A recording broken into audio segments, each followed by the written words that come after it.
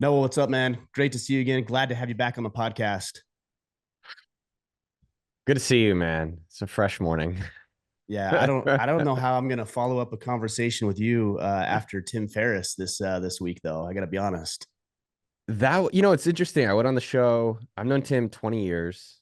Uh, the dude's a legend. I mean, he's been at it for a very long time, which I don't think people talk about enough. Like sticking with things for a long time. And the show I went on, which is also, I spent like a month preparing. This show I spent 2 months, but Tim's show I only spent, but I spent I thought you were gonna say 5 minutes. I didn't think you were gonna say 2 months. 2 months. Two. two No, but months. Good.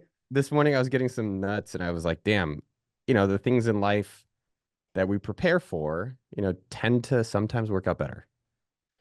Yeah, sometimes, and sometimes it's good to wing it and just fly by the seat of your pants. And like I even think about that with your book. One of the chapters is I think it's like just effing start, and it's like Yeah. I think that's one of the things a lot of guys do is they. Well, I was thinking about it actually yesterday. I'll say it this way. I think there's this rise of like phony or unnecessarily. I think it's unnecessary intellect. I'll say it that way. You see these guys, and I won't name names, but you see these guys, and they spend 4 hours poring over what kind of food you should eat. I'm like, man, we all know, right? Do I need the research behind it? Do I need research to tell me I should sleep and I shouldn't eat processed food and it might be Yeah. good to go outside and get some sun? But I think we do that because we're trying to come up with an excuse for our lack of performance. I met Peter Thiel at a dinner. I paid $3,500 because I was like, oh my God, this guy is like a legend. It'd be cool to have dinner with him.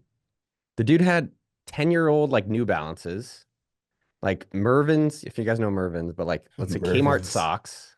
I'm from, Right up there with let's, Sears, man. yeah, Sears. I used to work at Macy's, so I know about the stuff. And then, an old phone, disheveled. And he's talking about he has his assistant call hotels and throw away the food in the mini bars so that he won't eat it. And Hmm. you kind of realize, wow, there's all these articles, perfect morning routine. It's like this guy's a billionaire. Like, I don't know, probably worth 10, 20 billion. And he's human. And his morning routine is probably like him, scrolling on, I don't know, The Truth or some social network. I don't know. And there's no right way to do it, but I think people want to avoid the hard thing, which a lot of times also the easy thing. And there's no necessarily only one way that it can happen. But Well, it's a lot of you're avoidance is what it, goes down with people. well, I think it's avoidance, but then I think it's this we fool ourselves into thinking we're moving the needle by acquiring all this unnecessary information. Yeah, your YouTube intro video is funny. I didn't get through the entire thing, but it's like I wake up at 2:59 a.m. 1 minute before Goggins, and then I have this like Himalayan, tea or whatever. And that's the thing we It's yak focus on. It's piss. like, why don't you instead of waking up at 3 a.m., like why don't you wake up half an hour earlier and read the scriptures or go for a Mhm. walk or but again it's this unnecessary intellectualism that we're chasing because we just don't There's want to do the work. Yeah, I noticed that. I think I guess I've been labeling it extremism. There's like a few things I'm just observing. There's like extremism where it's like you have to run 100 miles and you have to like if you're not making 1 billion, you're failing. I'm like, really? Even 1 million's pretty good.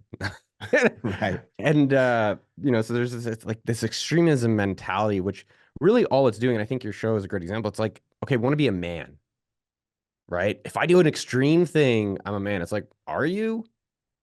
I've definitely done some extreme things that I didn't feel manly. And then it's realizing like, okay, well, what can we believe that our lives can actually become? I think there's some disconnect in that. And I think a lot of these people that me and you probably are, I don't know, I get a little frustrated with and maybe jealous and also just like, I don't know why people listen to it, but they create this gap of belief where it's like you're here and I'm up here and you're never gonna get here. And there, guess what? If you listen to me, you will. Right. And I'm like, well, what has this person done? I don't even, what? Really? What? Not, I don't know. No one knows. Why are we listening to this person? And then what I've realized for myself, and this is, it's taken 20 years, it's taken life, is more people can realize, and this is for myself too, believing that there can be a great life for us. And there's no guru there. There's no extremism. It's believing that there's a life for us that we can actually live. That's crazy. Like my life today is, I can't believe it. But if you asked me Yeah. even a few years ago, I would have never, I didn't think I deserved it. I didn't think I could have it. I didn't think it was going to really exist. It was like a unicorn. And then putting in the work, and when people say that shit, I'm always like, what work? Is What there, what work? is this? What work? What is the work? But the work is like maybe for me, not partying as much. Maybe for me, if I want to have eventually maybe some kind of crazy, amazing family, not hooking up. Maybe for me, it's well, hey, what work professionally do you want to do, but you're really avoiding? That's work because it's not always fun, but it's also the most rewarding. And that will what I've found for myself and everyone else is like we can live these amazing lives. And it's not some crazy gap that a guru is trying to implement for a lot of us. Yeah, I think what ends up happening is, and I felt this really early on when I did start the podcast, is I saw like that gap that you're talking about, and it didn't empower me. It disempowered me. It helped me to not helped. It made me Yes. feel inferior. Yes, that's what they do. That's what they do. Yeah. And that's, you know, I think it's a lot like a drug. Now we become addicted to the thing. And then I realized I was pursuing all of these interests and activities and waking up early and burning myself out and burning myself up. And I realized, man, I'm not happy. And then I, you know, turned to substance abuse and, you know, my Yes. marriage eroded because not, mm, I'm trying not to shift responsibility here, but like Yeah. part of Not the at all. reason, part of the reasoning was because I wasn't satisfied and happy. And I felt like there was always something else I needed to be pursuing.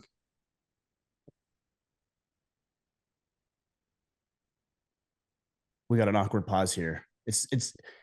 I don't know if you're just listening or just letting me go or what.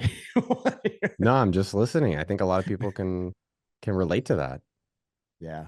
You know, Yeah, where I've noticed that to be true. A lot of people have resonated with the reality of our own inadequacies, you know, and as people like you and I share that, I think it's more powerful for the people who are listening. yeah, I think what I've noticed, through this book $1 million weekend, I'm doing book tour, I've been working on my own shit for a long time. I think most people meet me and they're like, yeah, you're really not that much better than me. And I'm always like, yeah, no shit, dude. But I'm doing it, right? That's the only difference. I've done it and I've done it and I've done it. And I'm willing to kind of go do the work, really put myself into the places where I kind of want to have money one day. All right, well, what are you doing about it? What are you doing today about it? What are you doing right now about it? And I was willing, and I think everyone can and is able to be willing to do that. I never wanted to get fired. I never wanted to have anyone control my livelihood. And I think the reality in all these situations is every person can do their own hero's journey. That's what's Mm, crazy. I know we're here. I came on like, hey, let me talk about my book, make money, but it's really a hero's journey that each of us has available to us. And I think there's men's support groups and therapy and all these things that are great. But what I've noticed for myself is what's the hard thing or hardest things that I'm avoiding. yeah. And it's like, fuck, I don't want to do those. Let's just do the fun stuff. And it's like, okay, well, fine. Just it's not going to get better. And it might get better momentarily. But I do feel lately where, my girlfriend's pregnant, which has been a blessing. It's unreal. And it's like, God, I can't believe I can get someone pregnant. Someone would let me impregnate them. And but the belief that like, wow, that could happen. And then how am I being the best person or version of myself, a version I'm proud of for myself, regardless of, views or subs or whatever it is. And then be able to show up in that relationship, man. It's definitely something that everyone else can do. And that's part of, what's these hard things that we're a little avoiding and then maybe leaning into them and seeing what happens with our lives. What do you think some of the hangups are? Because I don't know that I've met too many men, and obviously this might be a little bit of a biased group of people I'm referring to because they're listening to the podcast and tuning into self development, right? So clearly they're interested in self development, but Right. I don't meet too many people who aren't interested in something, some better version of their life, better relationship, better business, more money in the Yeah. bank account, better body. What do you think are some of the biggest hangups? You know, even if you want to talk specifically from a either an entrepreneurial standpoint or a career Yeah. standpoint or doing something that guys are passionate about versus their dead end job they feel miserable in. Yeah. Yeah. The book $1 Million Weekend, I think what I'm noticing from people is about confidence. And this is probably the biggest, besides having to believe it, you have to believe that maybe there could be some optimism in this world. And another great book is called Learn Optimism. And I love that where it's like, yeah, it can get better. I think what they don't realize is that they can actually make that change a lot easier and they can make that change today. Mm. They could actually do it right fucking now. I don't know if I can swear right freaking now. Sorry, the PG I think I already 14. swore. I don't Yeah, know, but my you're mom, good, man. my girlfriend was like, just really, it's not a good look. And I was like, thank you. You're right. Um, but realizing that, future results start with today's actions. And so what's the thing you can do today? And I think what happens though is people set these like crazy things like, all right, I want to be healthy. I'm going to go do 10 miles. It's like, okay, that's going to be hard to like, why don't you just go for a walk around the block today? Or if you want to start a business right now, could you just ask a friend to do something for them for free? What do you mean? No, that's too easy. Yeah, I know. I know. That's the thing.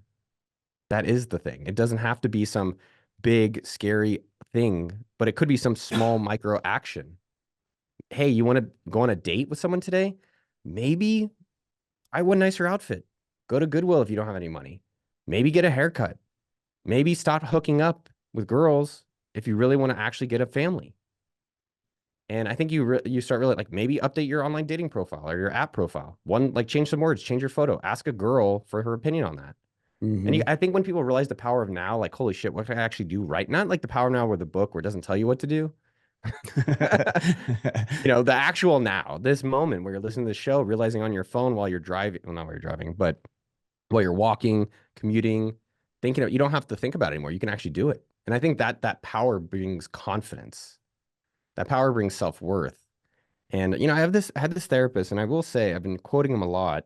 And he's like, the only way in is through. And I just remember always avoiding that. I think all of us can resonate. Like the thing we gave up on too soon, real like you with your marriage. Like I'm curious to hear more about that story. And the only one in is through, where it's like, dude, we're working on it, but this is not it. Maybe the way through is to move on. That's Hmm. a fucking hard decision. But that's facing the hard thing and really facing it. And so I think people recognizing they can actually do smaller, more actionable things right now is really how they can start building that confidence and stop avoiding maybe some of the fear that is not as scary when you face it. Yeah, it's interesting. It doesn't take a whole lot. I'm part of this Facebook group in Southern Utah, which is where I live, and a lot of people jump on there and complain about how horrible drivers are in the area and what restaurants are good and what restaurants are bad and all this kind of nonsense where they're gossiping about businesses and people. But there occasionally I see somebody who will jump on there and say, "Hey, I just started a like a home cleaning business, and I've got room for 5 people this week." And they get tons of responses like, "Cool, I'll do it." Or somebody's like, "Hey, I'm a amateur photographer. Like, if your kid's looking for senior pictures or looking for sports pictures, here's a little bit of my work. Like, hit me up." Like, dang, that finally like somebody's actually using this, taking just a little bit of initiative, and then you never know what something like that is going to turn into, but it just takes that initiative and putting yourself out there in a very Love that. small way, like you're talking about. Those are great examples. I think people don't realize that big businesses start with one customers. Mm-hmm. Yeah. And they start Yeah. as just kind of like, well, no, that can't start that way. It's like, yes, it can. It could be a text, it could be a social media post. And what I've learned from myself is that I found that business has been the best way I've learned about who I can become. Mm. And I've definitely been some shitty versions.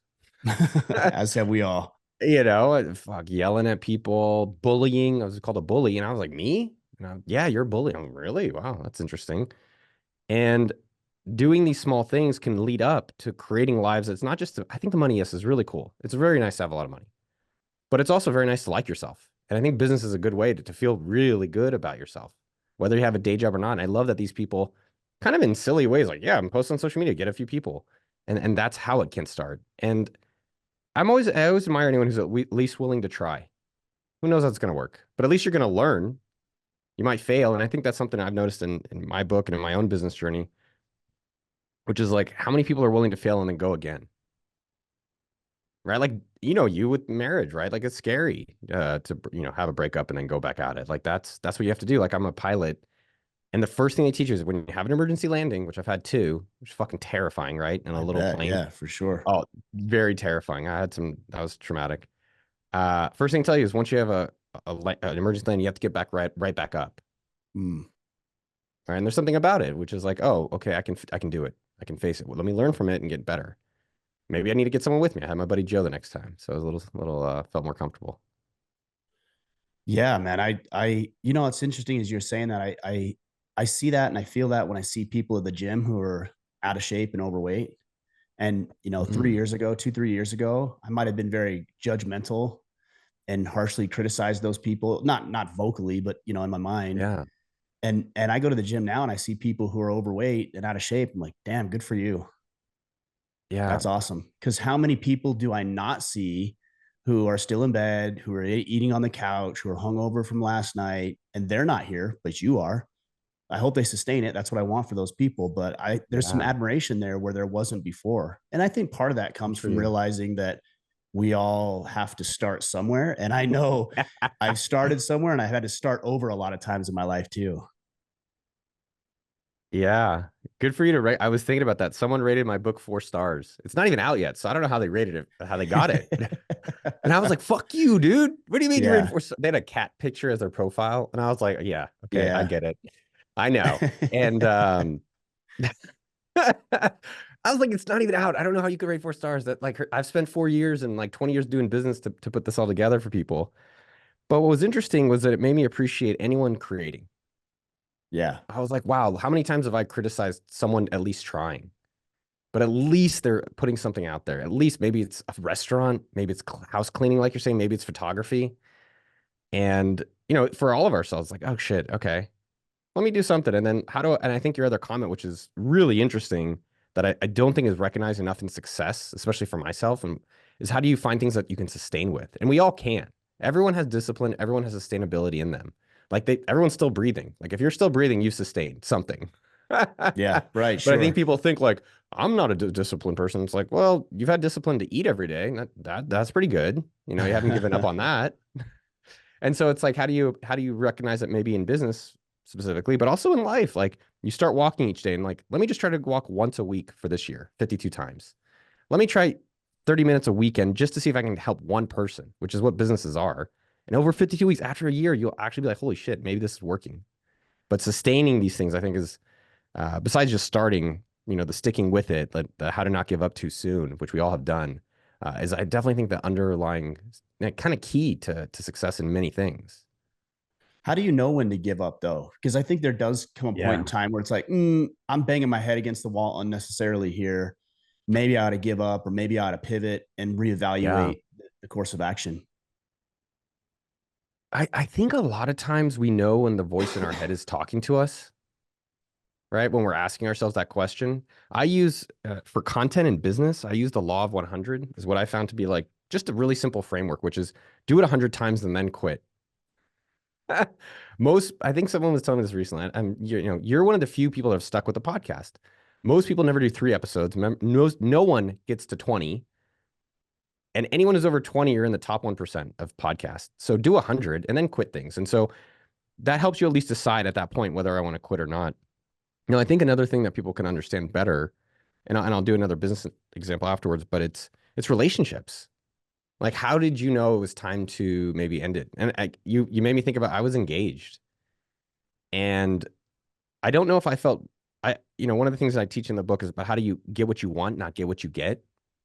Mm. But you have to feel that you deserve some of these things. And I think I got this girl and I was like, all right, well, I guess I'm getting what I'm getting.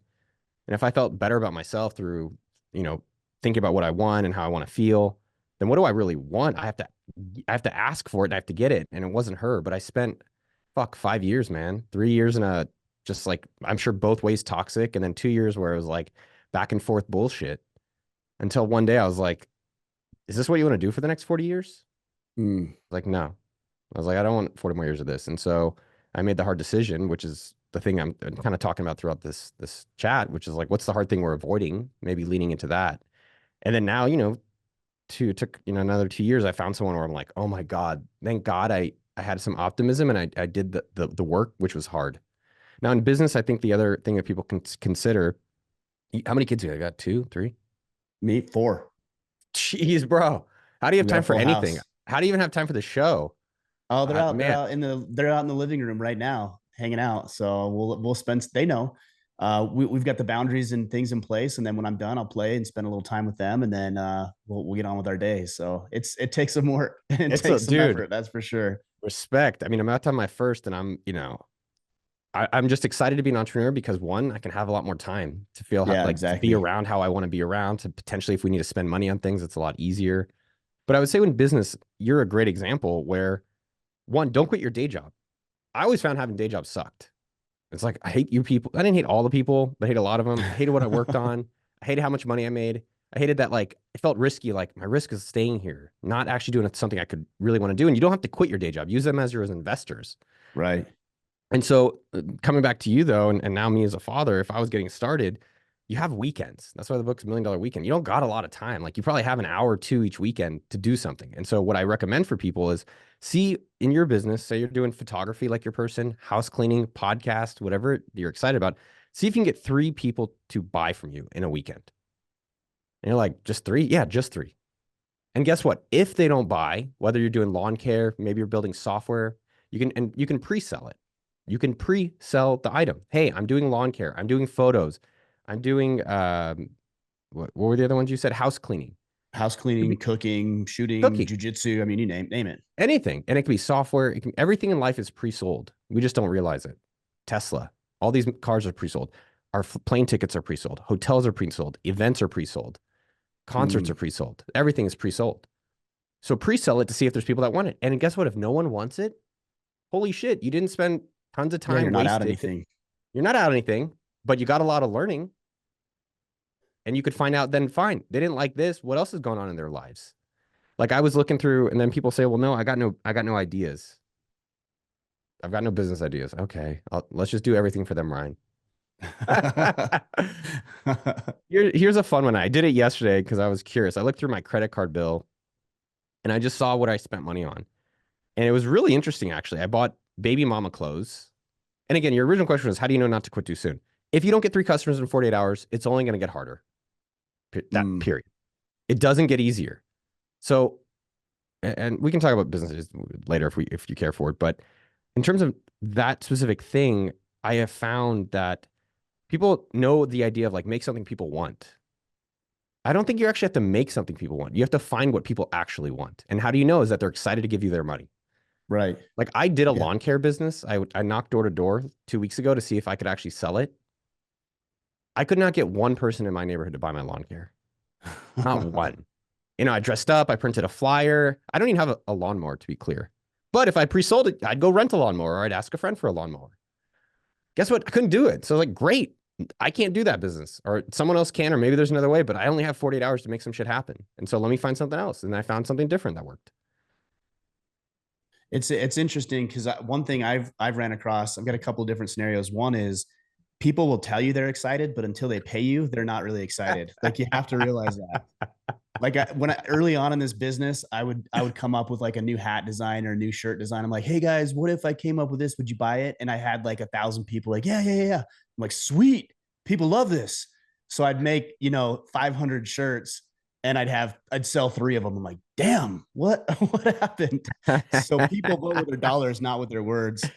But the other Amen. thing that I thought was really interesting was, and this goes to your point about pre-selling, the very first event I ever promoted, I had 0 people sign up, not a single person. I had put in a few $1,000s for a deposit on a place and not a single soul signed up.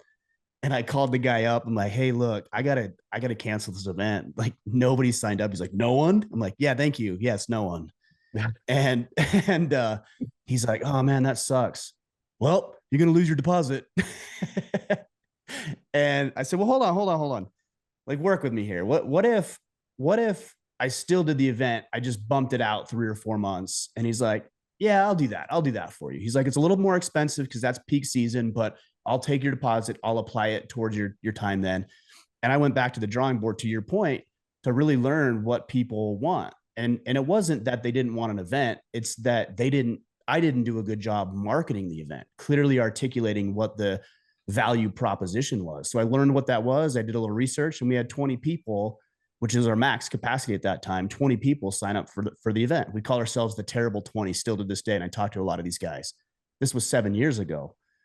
The point is just, I don't think just because people don't necessarily sign up that you should take it as, oh, it's not a good idea. Maybe you just did a bad job communicating or delivering the idea.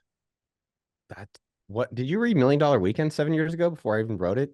I You had did. like I you did. had it in your head, In fact, most of the ideas you got from me, I think, even subconsciously. So come on, dude. give some credit there. The book is dedicated. It's to Ryan. Well, I think most ideas are iterations on others, and most businesses have been done in the past. And so I love, and I think one of the things that you said implicitly, which is the important part, was when someone says no to you, okay, tell me more.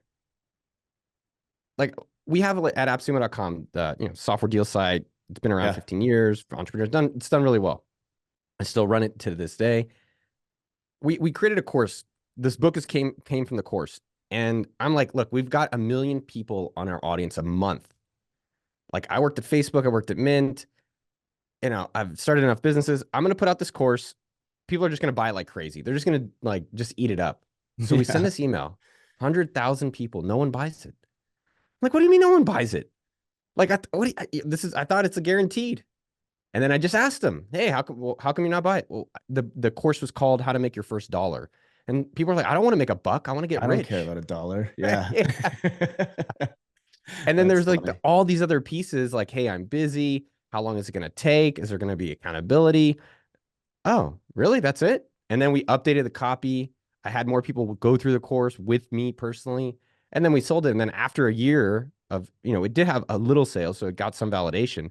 But then after a year, it was like, holy shit, we sold $1 million worth of it. But that was then going back and understanding why it wasn't selling super well. And I've seen this again. Like, I got to give another example, which is this woman, Mackenzie. She had a job, day job like most people here. She doesn't have a family. I don't know if she has kids yet. I'm not sure, but she's always dreamed of doing something herself. And if you've been fired, I don't know if you've been fired. Yes, I have been twice actually. Early jobs. Most of them What I were the, quit, but I have been fired from a couple. Burger King. I was fired from Burger King of all places. how'd you get fired from the king? Why the king fire you? uh, it's a long story, but essentially, I just didn't show up. I just didn't cover my shift, and so it's like you're out of here. That was kind of like me quitting at the same time as them firing me. So Yeah, it was it's kind of like a those draw. things like you can't fire me, I quit, and you know, or I quit, and they're like you can't quit because you're fired. It was one of those situations. And what was the other job you got fired from? Let's see what maybe it was just the one. Now that I say It that, was from the king. All right, dude, you got me inspired. I'm gonna yeah. go work at McDonald's and try to get fired just to be like, yeah, I've been fired by McDonald's and now I'm a millionaire. Just for the Well, story. I mean, look, to be real, like to on this is you're very creative. Like just the fact that you would think of that, and I don't doubt that's something you would actually do because I saw a video where you're interviewing all kinds of people. You interviewed people on the plane, first class, like asking them how they got rich. Like Oh, it's very creative, and I thank you, really man. admire that side of things because you see it a little differently than I do and a lot of other people do. Yeah, I could talk about McKinsey. I was gonna share. I Oh love yeah, this. sorry, yeah, My go ahead. no, my favorite restaurant in all, probably the world, but really Austin, Texas, where I live, is this place called Taco Deli. And I have been trying to invest in there or be a part of it since my first taco there was in 2000. What was my first taco there? Maybe it was 2006. And I'm like, his name is Roberto. I've had him on my show. I'm like, Roberto, I just want, let me be a part of it, something. And I even like, so one day I just went and like, I picked up trash for a day. This is a Mhm. few years ago. Nice. Like, I'm already pretty rich at that point, but I was like, I just love what they're doing. And it got me close to, I think what I admired about him is his slow and steady pace. He Mm, was like, I just make a great fucking taco. It's a reasonable price. It's a little high now with some of the prices, but it's a really great taco. And like, I'm not, and there's other companies like, there's a competitor, which I won't even call him out. That's like, there's like hundreds of stores everywhere. And he's like, no, I don't need to do that. And mm, that was like always impressive to me about who he was. Like he made a great product and he went at his pace. And, another story just to kind of add, we were talking earlier, this is Mackenzie who read $1 Million Weekend. She had this day job, was okay with it, but always dreamed of never like wanting to be an entrepreneur. And for me, I've gotten fired twice. I guess, a lot of guys that start their own things are like, no one wants to hire us. And I also just didn't want someone deciding my livelihood. I didn't want someone that like today, it's like, hey, which is what happened. They're like, today you're not gonna have more money. And I think that plus how my parents were, treated me with money and such was like, I need to be responsible for myself. So Mackenzie did the same thing you were talking about. I just got to share it as an example. She wanted to start her own business, loves greeting cards. Send an email out to her friends and family. Hey, I'm gonna do greeting cards. Here's a few examples. Anyone want to buy some?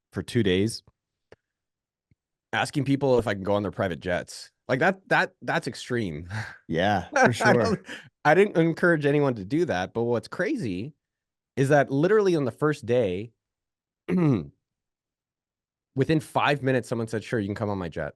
And then within Really? when I went on his jet, I didn't know this guy. His name is James.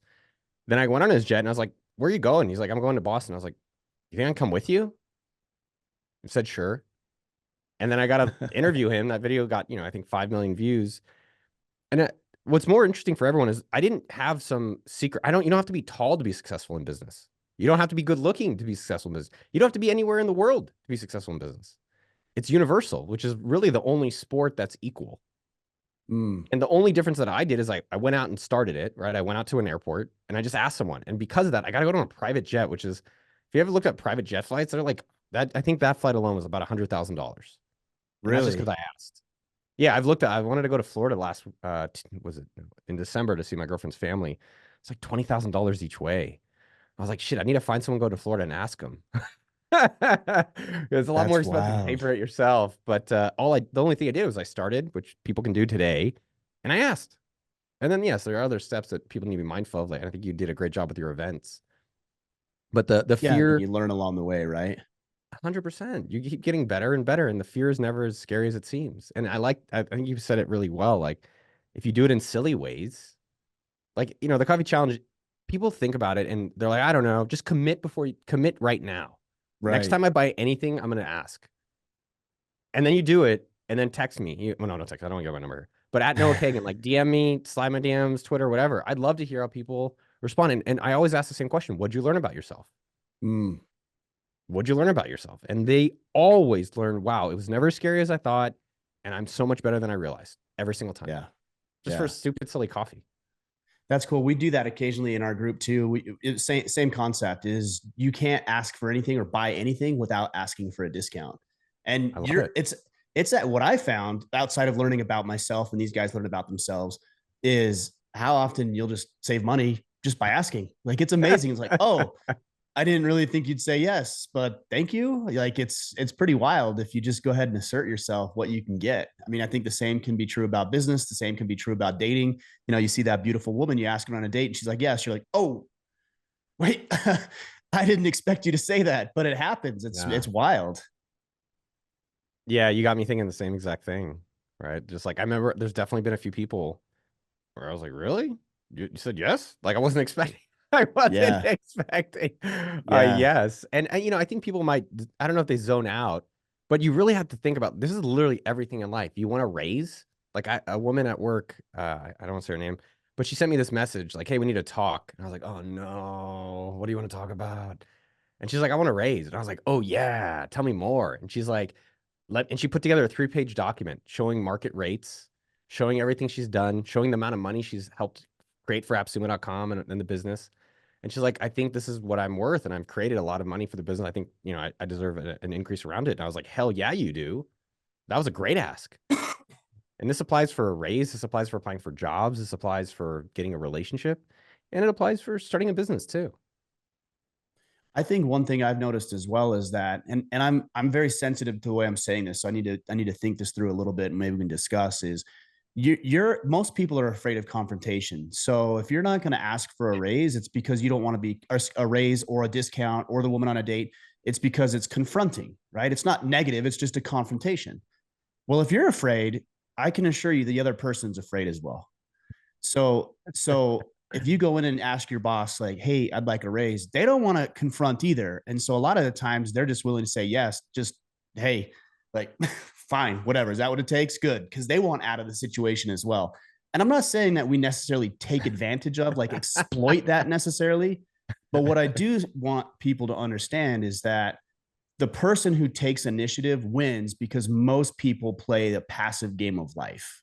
So if you're the one who takes initiative, 9 times out of 10, you get what you want because other people aren't willing to stand up or say or even ask for what they want. I think the other thing I gotta highlight with what you said is that we assume that it's bad for the other person.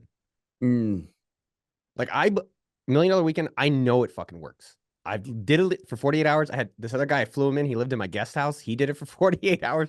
That was awkward. My girlfriend's like, who's this guy in our backyard living with us? And when this woman came to me and asked for a raise, we think, oh, am I bothering this person? Am I bugging? I was excited. Right. And then you start realizing like we create the story of this other person. When I did this video as another example of asking first class passengers what they do for a living, do you realize like how uncomfortable it is? Because I'm going to sit next to you for 8 hours after you said no to me. And I create a story. This person's dressed super well. Oh, they're going to be so rude to me. They don't want me to bother them. They're going to be annoyed. And I go up to them and say, hey, I'm doing this documentary for YouTube. I really like the way you're dressed. Like, I'm just curious, like, how's first class passengering? How's it to sit up here? Do you mind if I film? Because I want other people to learn about it. And then, yeah, what do you do for a living? And they're like, oh my God, yeah, I'd love to inspire other people. Mm. What do you mean? In my head, you hate me. You're annoyed by me.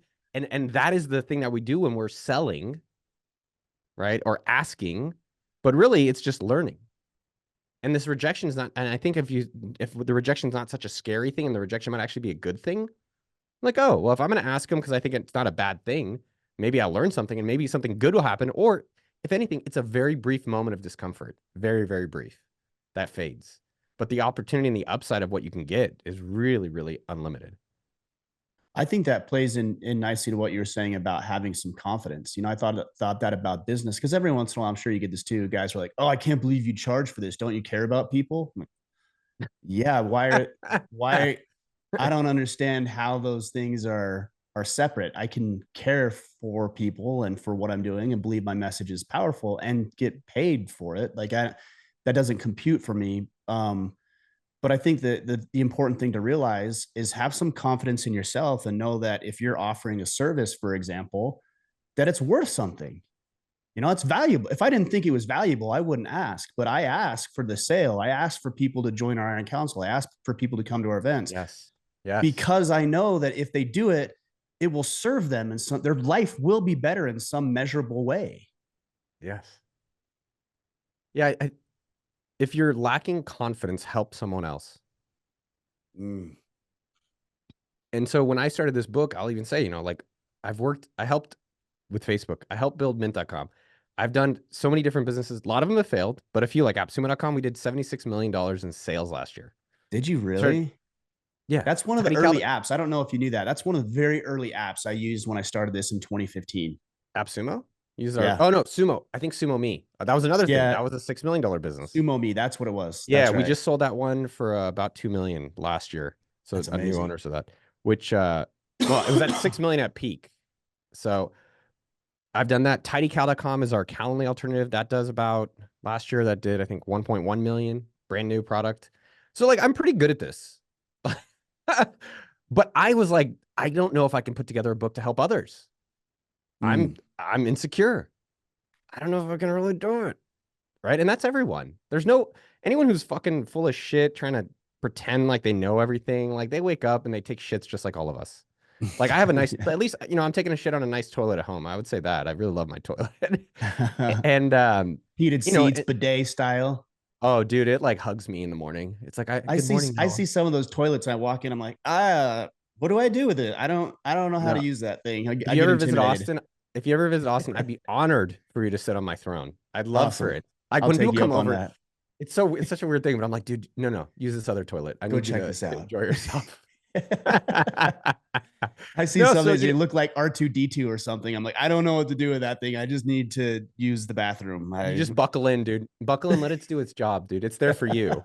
And then I will say, being rich is cool. It's got a lot of perks, and again, I gotta say, being rich is not exclusive. Like I grew up middle class, good two parents. I was lucky there. Grew up in Bay Area, lucky there. Had a lot of advantages for sure, but I thought I was stuck in the middle class lane, and that's just not true. I think we keep ourselves in the middle class lane. Mm. So coming back on the Million Dollar Weekend book, yeah, I felt insecure, even though it's like, bro, you've done, and I'm running the business. I'm not some guy that's like selling books to get rich. I don't get rich off this book. I'm already rich. Like, it doesn't do anything for me. But I felt insecure, right? And you're like, well, if you don't know how to do it, then I don't know who would feel secure about it. And so what did I do? I just helped a person. So for 6 months, after we had a beta team of, I think there's 1,300 people in our beta team that have gone from the book. And for 6 months, every weekend, 5 people and me did the book. And I saw them change their fucking lives. Mm. And I had a guy live with me, which is, he's got 3 kids, he's got a day job. And I was like, and we put out a thing, say, hey, someone who doesn't have a big social media following at all. I just found out that he has a Twitter now. I was like, come live with me and let's do the book together. And I was like, damn, dude, this is really gonna work. Yeah. Yeah, Yeah. I'm He got sure. 5 paying customers for his golf trips business. His name is Jake. That's how it starts. And that's what built confidence for myself. So I don't need, if it sells a lot, if it sells a little, I'm like, no, it works though. And I think what your point is that when you find a problem, importantly, that people actually want solved, it's not a sell, it's a duty. Mm. It's not a sell. And look, again, when you're selling something no one wants, that's a sell because you have to convince them. But if it's like, hey man, I know you want more podcast listeners, or hey man, I know you're trying to get a relationship, or hey man, you're trying to get a business started, or whatever it is that you believe that there's a problem someone has and you think you can genuinely solve it. Like I have my best friend Adam Gilbert, he's coming over tomorrow. He's flying in for a book party. He does health coaching, mybodytutor.com. This guy dies for his belief. Mm. He'll die for it. And that always has been impressive to me. He's like, I know what I do works. And he's done it for 16 years. And these things, you find the thing that actually makes a difference for people and you just stick with it. The thing that I'm hearing you say when it comes to confidence, because a lot of people will say, hey, I need confidence. In order to be, in order to ask that one out, I need to be confident. In order to start that business, I need to be confident. But you don't really have anything to be confident in sometimes. If you've never started a business, it's hard to be confident that you can start a business. Yeah. And I think what you're suggesting, especially with writing this book, is maybe it's not the confidence, maybe it's just some courage. It's just confidence is earned. Like you don't get to decide I'm going to be confident today. Like you have to earn that through trial and error and success. But courage, you can just decide, right? Like I'm scared to ask for a discount, but I'm going to do it anyways. I'm scared to ask that woman out, but I'm going to do it anyways. I'm scared to write this book, but I'm going to do it anyways. And so it's not confidence, it's just courage. And through that, the confidence is built. Did you read chapter 7? Did you write when you I wrote told chapter you, 7 a million dollar weekend? I didn't read it. That was my you, idea. You you stole my idea. I I told fuck, you dude. already. I got to give you the royalties. But damn, that was so perfectly put. And I did, people have heard of ayahuasca. I don't know if you talked about it on your show. I did We it have years a little ago. bit. I did a little bit. And that's all these like, puking, whiny, I don't know, hipster people. And it's also good people too, and all this stuff. But Sure. I did it. And I think 2 things that really stuck out for me that whole experience. I've done it a few times. And I was at a low point in life and I was trying anything to avoid doing the hard things. And the 2 things that really stuck out for me is I ran away from it actually. I did all the drugs and I started running away. I literally ran away. I ran away from the retreat in the road. It was a whole story. You can go to noahkagan.com and see my ayahuasca story. I'm going to check this out for Yeah, sure. read that article. It was the worst night of my life. And I ran away from it and blah blah blah. Anyways, I end up hours later coming back into the ceremony room. And I was really afraid that everyone was going to be mad at me because I ran away. No one runs away, by the way. That's not, you stay and no one leaves even the room, and let alone I ran away. And he said that to me. He said, you ran away is normal, right? We're all afraid. But courage is being afraid and doing it anyways. Mm. And that was like such a powerful moment to realize that I can do it too. We all can do it. And the second part with the ayahuasca, yeah, you do drugs and it's like a form of therapy. But my buddy, again, coming back to Adam Gilbert, who I love, he's like, I don't know if you really like learned anything from this ayahuasca thing. Adam doesn't do drugs. He doesn't even drink. He just eats chicken and broccoli. That's all he does. That's all he fucking eats. He probably looks great though. He does look great. Fit dads are impressive people. That's what No I have a lot doubt. of respect. Fit dads are impressive. Learn from fit dads. It's easy to be fit when you're single. And he said, this whole ayahuasca thing, I think what it really is showing you, and I think he's right, was that it was a challenge that you can overcome. And I think that's there for all of us, whether it's starting a business, maybe, and changing your career, which we can all do if we don't like it, changing our health, changing our looks, changing the relationships. And I definitely have resonated with that message. Doesn't mean it's easy, but it's definitely the most rewarding. And realizing that we also all can do it. And I loved your point. That confidence. Yeah, I think sometimes we see these people on YouTube's and so they're so confident. I think they're also probably the most unhappy. Is what I think in a I lot of think. ways. I've been there personally, so I can Yeah. attest to it. Yeah, of course. What Put on was a that front like? though. Tell me more. It's rough, man. You put on a front because you think people need you to show up a certain way, or even you said it earlier, duty, I think is what you said. You have a duty or responsibility, obligation. You talk about Adam dying for his message and believing in it that much. You believe in it that much, you might be struggling, and yet you still want to show up because you believe in it that much, even though you're not Yeah. personally in the best place. You show up anyways. So it's a challenge, man. It can be a challenge. Yeah, you got me reflecting where people are like, no, you're so successful. And I'd only say in really for my own measurement and maybe in the past year have I felt really successful for who I am. Mm, And that's the best part of life is like when we can reduce, and I don't think it's impossible to reduce all external validation, but to really build up that internal validation, right? Build up that self-confidence and self-worth from doing action that helps us recognize like, and doesn't mean we're always not having problems or doesn't mean that we're not making mistakes, but not beating ourselves up over it and realizing like, well, I'm doing it and I'm doing it and I'm doing it and I'm doing it and I'm doing it. So yeah, that's something that lately I'm like, even now as I say it out loud, I'm like, yeah, dude, you're doing pretty good, man. Not bad. Not bad. doing all right. Dude, we all Well, are. I man, mean, I think that's true for all of us. We're all doing better than we think too. So don't be too hard on yourselves out there. no, I know you have another meeting. I want to be respectful of your time. Tell the Thank you, guys where to brother. connect with you, and then, of course, to pick up a copy of $1 Million Weekend. We'd love to hear how Yeah. to connect with that. Yeah, milliondollarweekend.com. We got a bunch of tutorials and step by steps if you want to change your life in a weekend. And then Noah Kagan everywhere. If people want to send me DMs, I respond. We'll sync it all up, brother. I appreciate you. The thing I admire most Great. about you, and I talked about this earlier, is your creativity. I don't have that muscle. I need to develop that a little bit more. And so I see things you're doing. I'm like, man, he's got some balls. I need to do that.